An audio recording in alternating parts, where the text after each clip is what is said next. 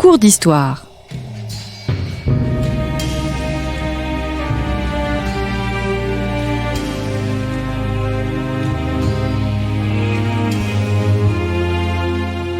On retrouve Christophe Dickès. Chers auditeurs, bonjour à toutes et à tous et bienvenue pour cette nouvelle émission de Storia Voce, le podcast d'histoire et civilisation. Vous le savez, nos podcasts sont gratuits, nous avons fait le choix de ne pas faire appel à la publicité pour les financer. Alors si vous souhaitez nous soutenir, n'hésitez pas à faire un don à notre association en cliquant sur le lien indiqué dans la description de ce podcast. En faisant un don, nous vous offrirons un abonnement à Histoire et Civilisation. Merci d'avance. Étienne de la Vessière, bonjour. Bonjour. Merci d'avoir répondu à notre invitation. Vous êtes historien, directeur d'études à l'École des hautes études en sciences sociales, membre du Centre d'études turques, ottomanes, balkaniques et centra-asiatiques, le CETOBAC, et vous venez de publier un ouvrage absolument majeur intitulé Asie centrale, 300-850, le haut Moyen-Âge, donc des routes et des royaumes, un ouvrage paru au Belles Lettres. Alors pourquoi majeur ? Parce que on peut même dire qu'il s'agit comme d'une exclusivité mondiale, parce que c'est la première fois qu'un ouvrage fait la synthèse des connaissances sur le sujet et la période, ceci sous tous les aspects, politiques, économiques, religieux, sociologiques, etc. Autant dire un ouvrage donc unique au monde. C'est le premier du genre. Nous entamons avec vous une nouvelle série de nos cours d'histoire consacrés à l'Asie centrale. Nous verrons la semaine prochaine ce qu'est la fameuse route de la soie. Nous verrons ensuite dans 2 semaines la fin de ce réseau d'échanges. Mais aujourd'hui, nous allons nous pencher sur la vie en Asie centrale au haut Moyen-Âge. Mais avant tout, Étienne de la Vessière, une remarque préliminaire sur votre ouvrage.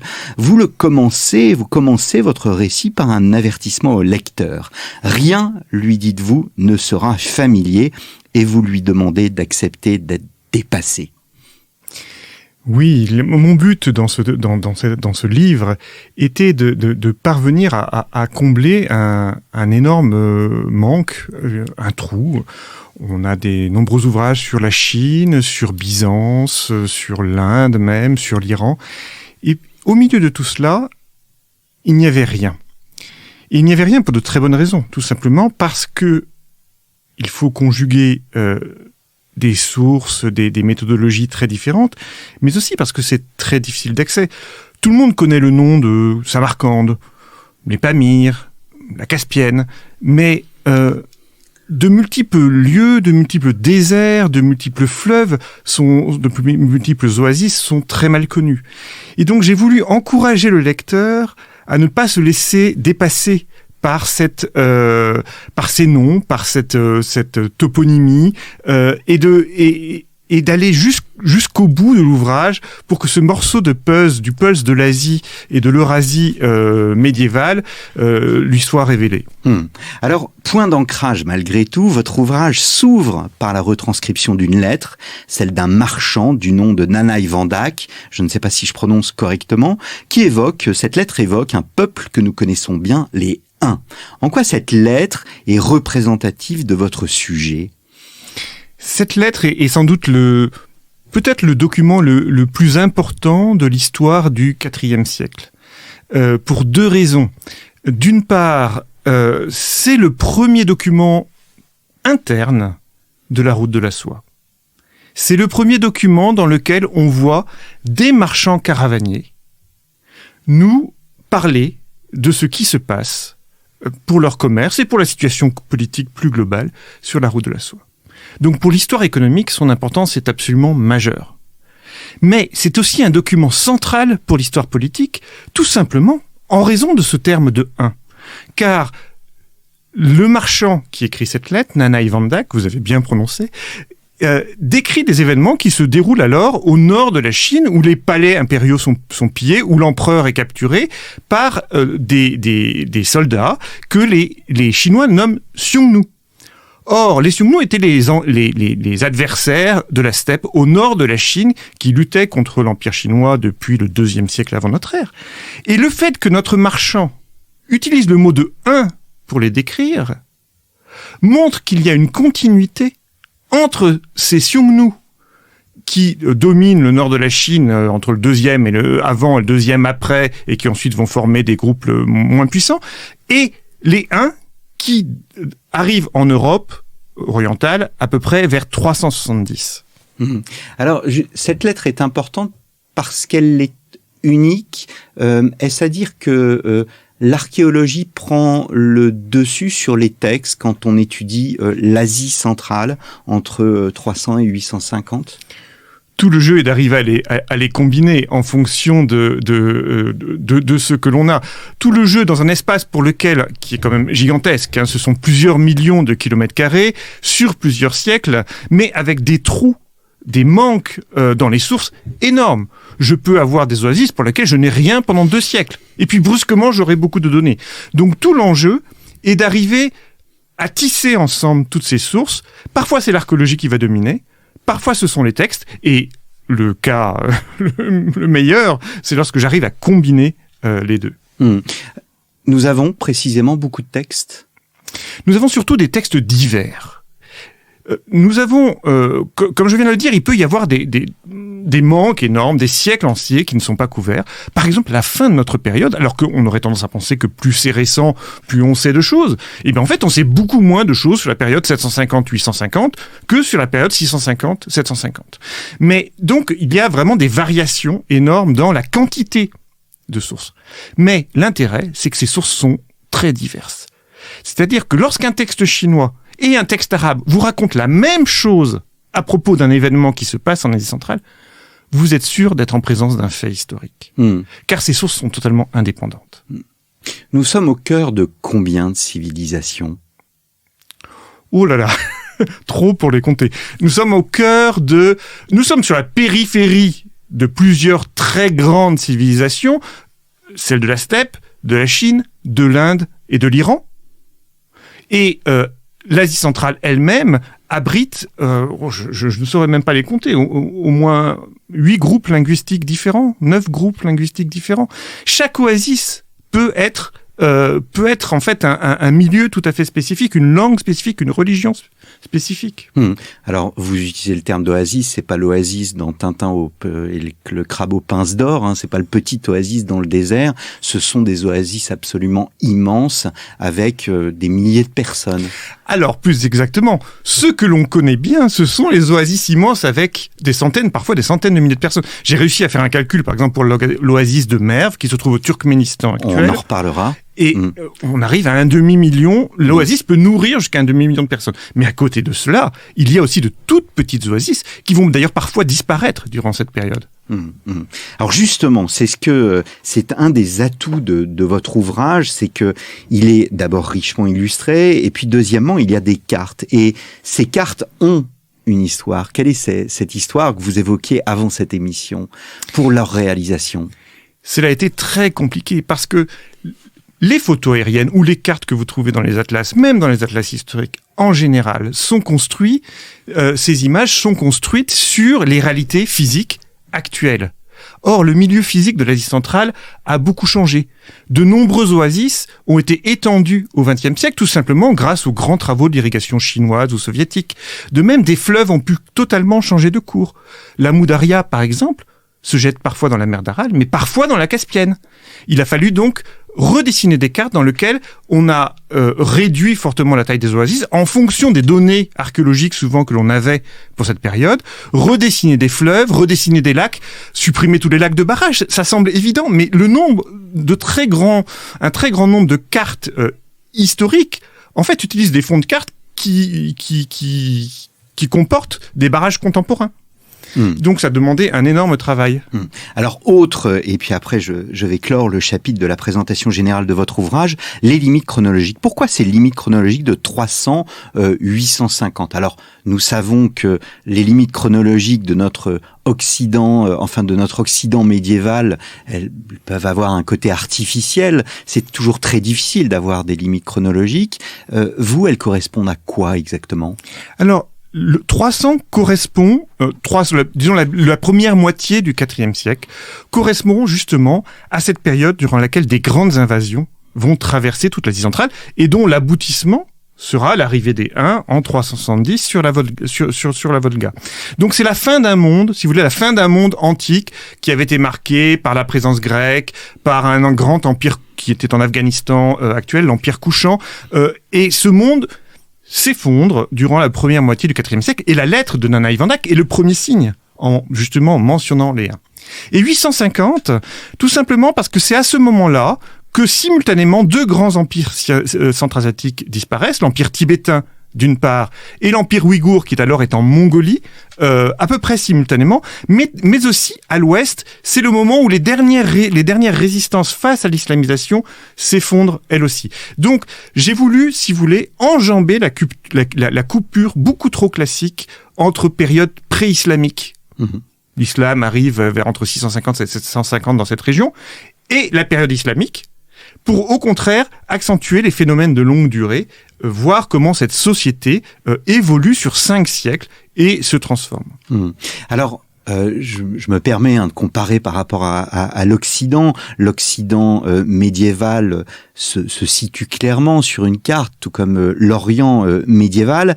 L'Asie centrale, c'est un espace géographique considérable, avec une mosaïque de peuples, mais une des particularités de cet espace, ce sont précisément les immensités désertiques. Ces espaces vides, ce compartimentage, selon votre expression, est-ce qu'ils ne remettent pas en cause l'idée même d'Asie centrale ? Tout à fait. Tout à fait. Je pense que l'Asie centrale existe pendant certaines périodes et n'existe pas pendant d'autres périodes.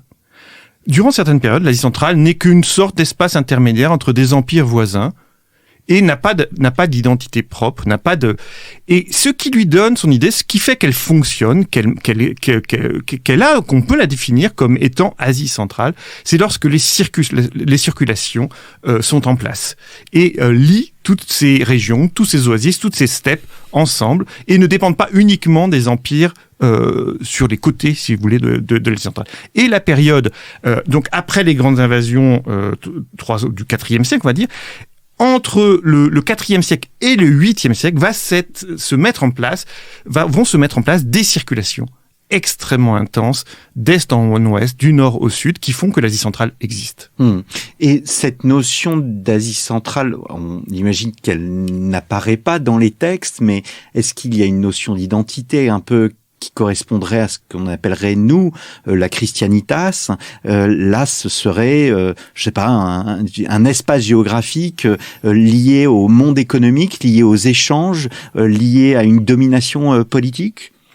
Il y a un espace politique lié à la domination turque, incontestablement. L'Empire turc, durant cette période, qui est alors en Mongolie, les Turcs n'arrivent en Turquie qu'au XIe siècle.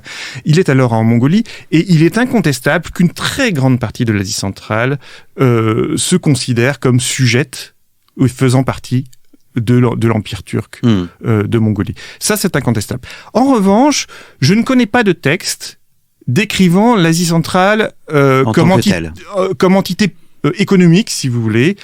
On voit les circulations, elles sont là, mais il n'y a pas de texte qui les reconnaissent comme telles, comme formant un espace séparé.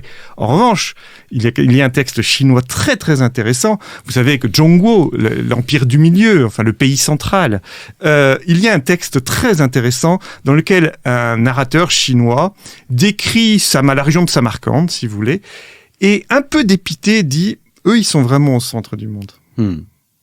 Alors, ce centre du monde, précisément, est dominé, c'est le début, en fait, de votre livre, par la question du climat. On parle des immensités, de la géographie, et tout est lié aussi au climat, et donc à la maîtrise d'un élément essentiel qui est l'eau. Et ce n'est pas un hasard si toute votre première partie, vous l'avez intitulé « Les maîtres de l'eau ». Il faut pouvoir dominer l'eau pour vivre dans ces espaces. Tout à fait. Dans l'oasis de Turfan, par exemple, qui se trouve au Xinjiang chinois actuel, les températures d'été sont entre 50 et 60 degrés. Il est absolument impossible, dans un grand nombre, pas tous, mais un grand nombre de ces oasis, de vivre tout simplement, d'avoir une agriculture, si on ne maîtrise pas l'irrigation. Et donc, si on ne maîtrise pas l'eau, il ne pleut pas en été en Asie centrale, ni même au printemps. Il pleut en hiver. Et donc, c'est l'eau qui est stockée dans les neiges et les glaciers qui va permettre d'alimenter les canaux pour les périodes de croissance végétative, c'est-à-dire le printemps et le début de l'été. Donc, la maîtrise de l'eau est absolument essentielle. Si on ne maîtrise pas l'eau, les oasis n'ont qu'une vie extrêmement pauvre et ne peuvent pas se développer. Et on a un très bon exemple. On a au Turkménistan, donc la ville de Merv, dont je vous ai déjà parlé, l'oasis de Merv, très grosse oasis, 500 000 personnes. Qui est, quand on regarde la mer Caspienne, on prend le sud de la mer Caspienne et qui est à 500 km au sud de la mer Caspienne. Et il y a un oasis qui est parallèle, qui est l'oasis de Sarax. Ils dépendent tous deux de rivières venant du même massif montagneux. Simplement, il y a une rivière qui est très bien aménagée, qui est celle de Merv, avec un immense barrage, et ça donne un oasis de 500 000 personnes. À côté de ça, il n'y a pas de site pour un barrage pour l'oasis de Sarax. Et ça donne un oasis qui ne compte pas dans l'histoire. Alors, l'irrigation est au centre des préoccupations des hommes, et vous montrez bien que les implications, elles ne sont pas seulement économiques, elles sont aussi politiques. Il y a même une question juridique. Comment gère-t-on l'eau? Qui a accès à l'eau? Comment doit-on entretenir les canaux, etc. Un bon gouverneur qui arrive dans une ville, une des premières mesures, on a plusieurs exemples, ça va être de réexaminer les droits à l'eau. C'est-à-dire comment, en général, lutter contre l'accaparement des droits à l'eau par les citoyens les plus riches. Donc l'eau est vraiment centrale. L'eau se vend. On va vendre un temps d'ouverture du canal, par exemple.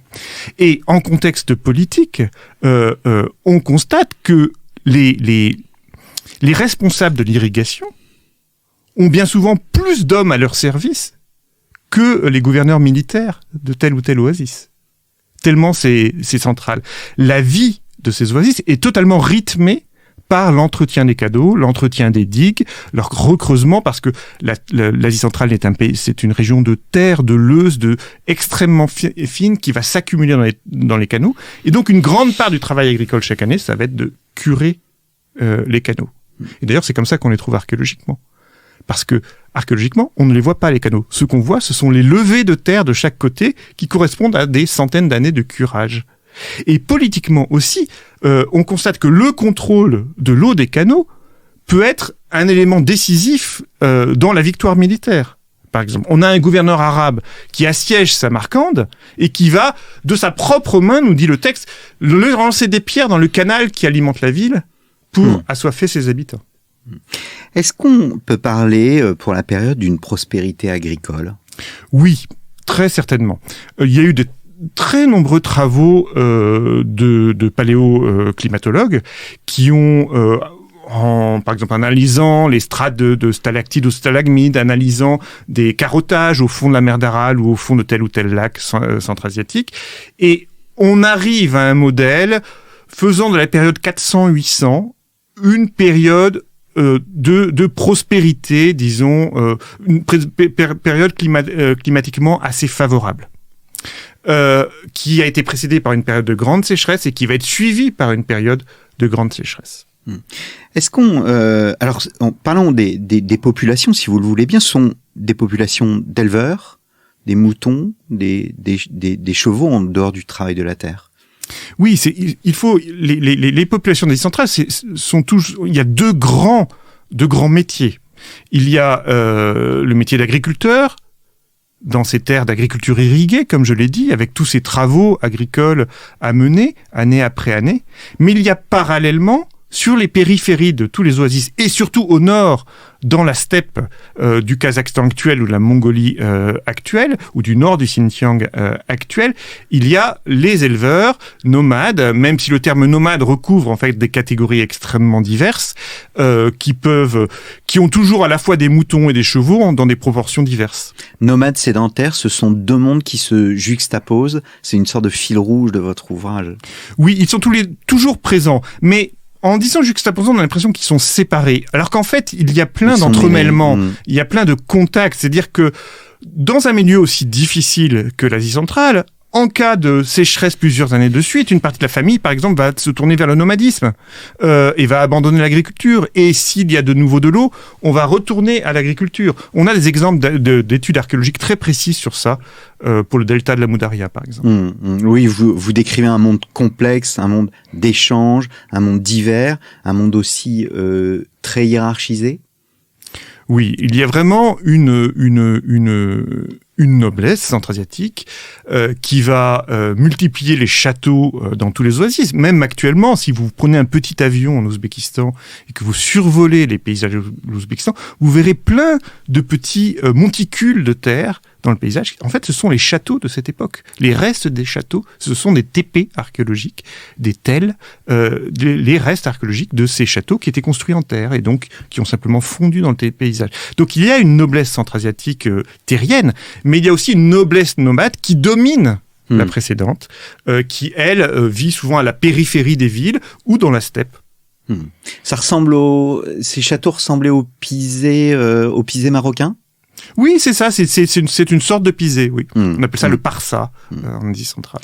Alors, est-ce que c'est un peuple qui a une part, enfin des peuples qui ont une part de résilience face précisément aux guerres, face aux famines, face aux épidémies, mais surtout face à un climat qui est assez rude au fond?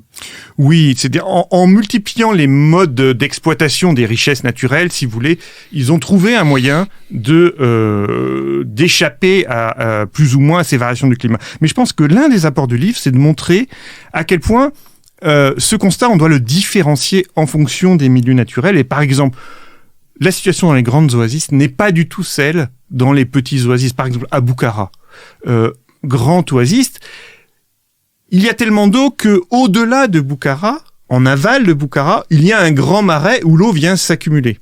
En revanche, dans plein de petits oasis, toute l'eau est consommée. Donc, lorsque toute l'eau est consommée, vous devez avoir une sacrée résilience pour lutter contre les années où il n'y a pas assez d'eau. Il faut se tourner vers d'autres métiers. C'est pas la même chose au cœur d'une très grande oasis où vous savez que chaque année, il y aura de l'eau. Alors, comment naît le grand commerce asiatique? C'est ce que nous allons voir la semaine prochaine, Étienne de la Vessière. Merci beaucoup. Merci. D'être venu à notre micro. Asie centrale 300-850, des routes et des royaumes. Un ouvrage absolument indispensable paru aux éditions Les Belles Lettres. Il me reste à vous remercier, chers auditeurs, pour votre fidélité. Je vous donne rendez-vous la semaine prochaine pour la suite de notre cours d'histoire sur l'Asie centrale.